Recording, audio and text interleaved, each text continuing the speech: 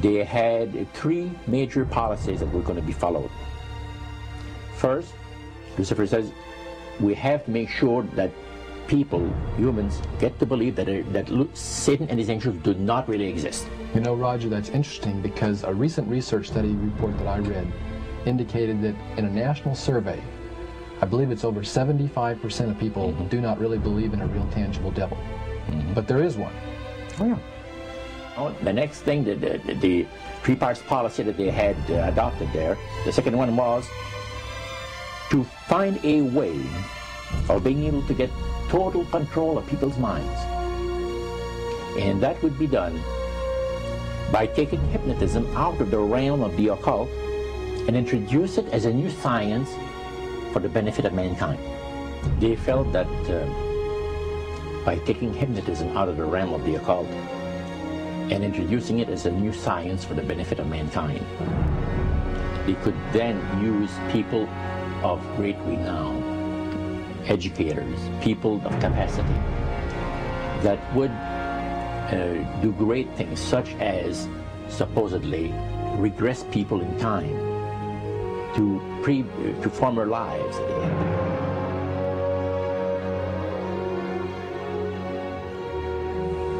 And of course, after the session is over, the person would not know a thing about ancient history.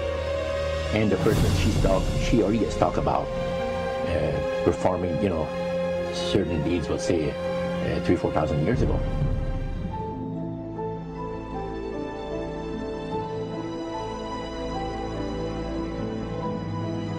But this was their strategy. Now, what this would do for the thing is this, that it would create in the minds of the general public, solidly set in the mind of the general public, an unwavering trust in that great deception. So now this would be a way of de-Christianizing the Western world through the avenue of mysticism. The three things were, number one, that they did not want Satan did not want the human family to think that he or his angels existed. Right. The second point that you made had to do with taking control of people's minds. That's right. The third point was what? Was to destroy the Bible without burning it. Okay. See? And what was the strategy on that? On that, it was very interesting. Because after the Great General Council, it was decided that Satan would tutor Charles Darwin personally in setting up the principles of his theories of evolution. He was tutored by Lucifer himself, fallen Lucifer. And at that time, it was understood, Satan and his spirit counselors understood, that if a person was led to believe in the theory of evolution, it would, in his life, destroy completely the creation week of the Bible, the fall of man, and the plan of redemption. It would do away with it. Anyone that teaches a theory of evolution is considered to be a minister of a great religious system. And he said that every teacher of that theory is recognized by the spirits as a person of great value and receives a very special unction from Satan himself, giving great power to induce spiritual blindness, to convince and convert. Three capacities.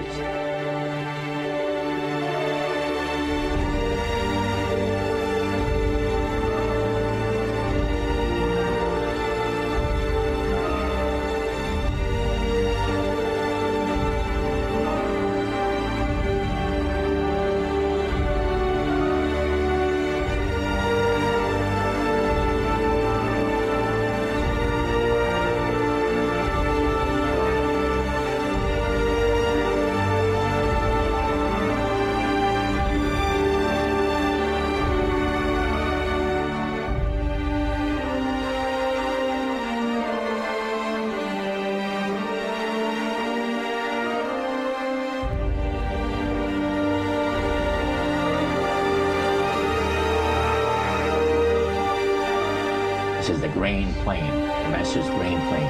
for harvesting the nations, for harvesting the multitudes of the earth into his cause, just before the close of the great controversy between the forces of good and evil. It's going to be done in a unique manner. This rain plans is going to take people are going to eat the stuff, because it says spirits, demon spirits, will declare themselves to be inhabitants of far distant planets in the galaxies that are coming to warn the inhabitants of planet Earth of the impending destruction of the planet unless something seriously proper is done to avoid it.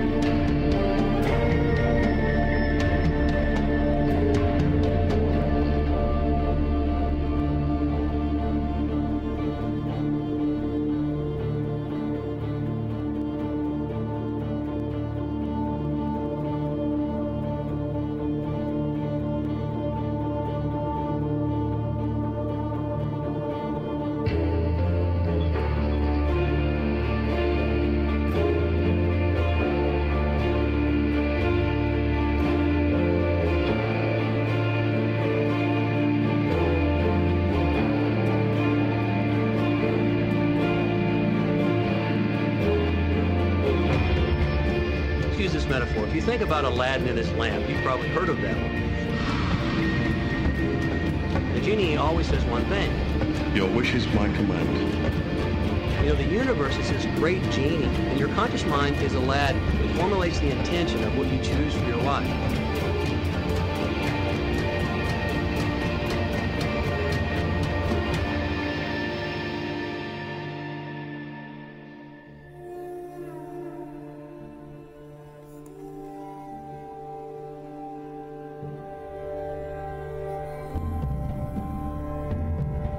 At the very heart and core of all these secret societies lurks the Kabbalah. It is a method of encoding information through a system of mathematics and numbers. These people that belong to the secret societies never dared to write down in any language what they knew, what it was that they were guarding, because then someone could steal it and then the secret would be out. So they took this knowledge and they made it occult through a system of encoding, encryption, one of which is mathematics, numbers. Another is architecture. Everybody wonder, why do they have a fraternal organization called the Freemasons? Aren't those the guys that build walls? You bet they do. But every wall they build contains the secrets that have been kept and maintained throughout the ages, and it's encoded in the architecture and in the measurements of the buildings and in the mathematical formulas used to derive the geometry, the shape, the length and breadth and height of rooms. It's all encoded there.